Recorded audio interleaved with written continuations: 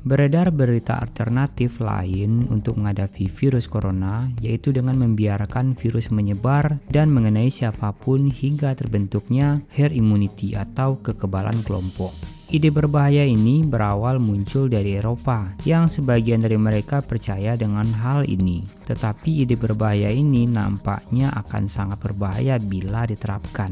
Beberapa orang di media sosial juga mengatakan bahwa virus ini hanyalah self-limiting diseases, seolah seperti common cold yang banyak menjangkiti kita sepanjang tahun, tetapi tidaklah membahayakan. Mereka juga menganjurkan agar virus corona ini tidak perlu ditakuti dan dibiarkan saja menyebar dan menginfeksi masyarakat luas.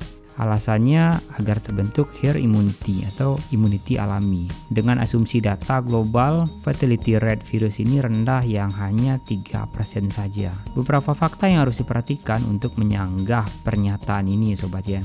1. Herd immunity butuh mayoritas masyarakat yang terinfeksi.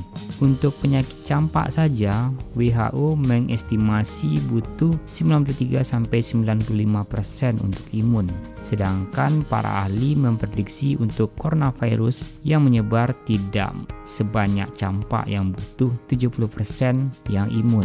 Untuk coronavirus, kita butuh terbentuknya minimal 60% dari populasi masyarakat yang imun. Artinya jika ada 270 juta masyarakat Indonesia, untuk terbentuk herd immunity butuh 60% dikali 270 juta. Dan hasilnya 162 juta jiwa minimal yang harus terinfeksi oleh virus ini. Dari 162 juta jiwa berarti 3% yang akan meninggal, yaitu sekitar 3% dikali 162 juta, dan hasilnya 4.860.000 orang yang angkanya hampir menyentuh 5 juta yang harus dikorbankan untuk meninggal, dan itu adalah jumlah yang sangat besar. Jadi jangan kita lihat angka 3% saja ya sobat ya, jadi 3% dari seberapa banyak. Yang kedua, perhitungan fatality rate sebenarnya bisa berubah tergantung situasi dan kondisi. Bisa lebih besar di beberapa daerah, apalagi jika mobilitasnya cukup tinggi.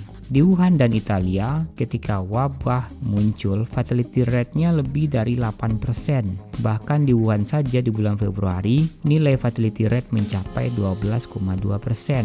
Jadi jangan melihat fatality rate yang dipandang hanya 3% saja, tetapi lihatlah kecepatan penyebarannya yang jika dibiarkan bisa menginfeksi hampir seluruh populasi. Maka angka 3% dari jumlah yang banyak, maka tetaplah menjadi banyak. Bandingkan dengan data MERS dan SARS yang fatality rate-nya tinggi sampai 34% dan 10%, tetapi hanya mengakibatkan 858 orang dan 774 orang saja yang meninggal dunia karena penyebaran virus yang tidak secepat coronavirus ini. Korban meninggal karena virus corona kali ini jauh lebih tinggi dari gabungan korban MERS dan SARS, padahal wabah ini belumlah selesai. Yang ketiga, virus corona punya kemungkinan untuk bermutasi lebih ganas lagi, dan ini yang perlu digarisbawahi sobat ya. Yang keempat, persentase yang parah hingga komplikasi mencapai 20%. Meskipun nilai fatality rate-nya sekitar 3% saja, tetapi persentase komplikasi hingga kerusakan organ yang butuh dirawat intensif dengan bantuan alat modern itu sekitar 20%. Artinya 20% dikali 162 juta jiwa tadi sobat ya, hasilnya adalah 32,4 juta orang yang perlu dirawat di rumah sakit. Dan jumlah ini tidak akan sanggup dipenuhi oleh fasilitas medis yang ada di Indonesia sobat ya, apalagi dengan beban utang BPJS yang semakin membengkak. Tentu saran ini akan sangat tidak masuk akal bahkan di Eropa sendiri, dan saat membahas tentang social distancing hingga lockdown.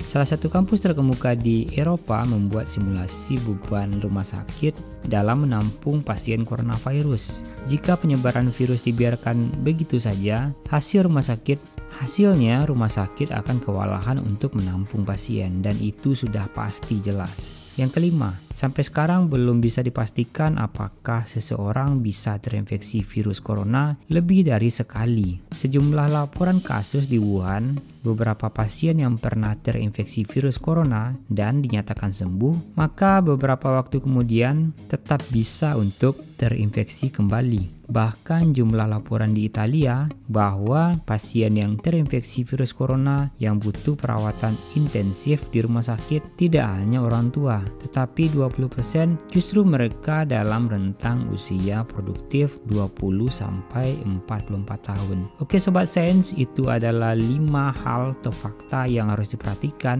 untuk menyanggah daripada herd immunity ini Sobat ya. Dan ini jelas sekali tidak mungkin untuk kita ikuti, dan kalau ini memang benar adanya, tetapi ini sangat tidak bijak untuk kita ambil keputusan seperti ini sekarang nih Sobat ya, karena kondisi virus corona di Indonesia sampai video ini diupload ini kondisinya saya sendiri juga sangat takut dengan kondisi seperti ini ya Sobat ya. Oke Sobat Sains, tetap jaga kesehatannya dan sampai jumpa di video selanjutnya.